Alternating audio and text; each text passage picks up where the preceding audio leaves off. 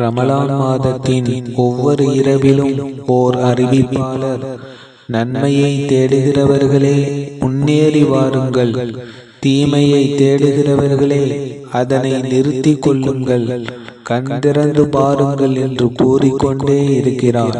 அதன்பின் அந்த மலக்கானவர், எவரேனும் மன்னிப்பை விரும்புகிறவர்களுண்டா அவருக்கு மன்னிப்பு வழங்கப்படும், யாரேனும் தௌபா செய்பவர்களுண்டா அவர்களின் தௌபா ஏற்றுக்கொள்ளப்படும், யாராவது துவா செய்பவர்களுண்டா அவர்களுடைய துஆ ஏற்றுக்கொள்ளப்படும், எவரேனும் எதையேனும் கேட்பவர்கள் உண்டா அவர்களின் கேள்வி நிறைவேற்றப்படும் என்று கூறுகிறார்.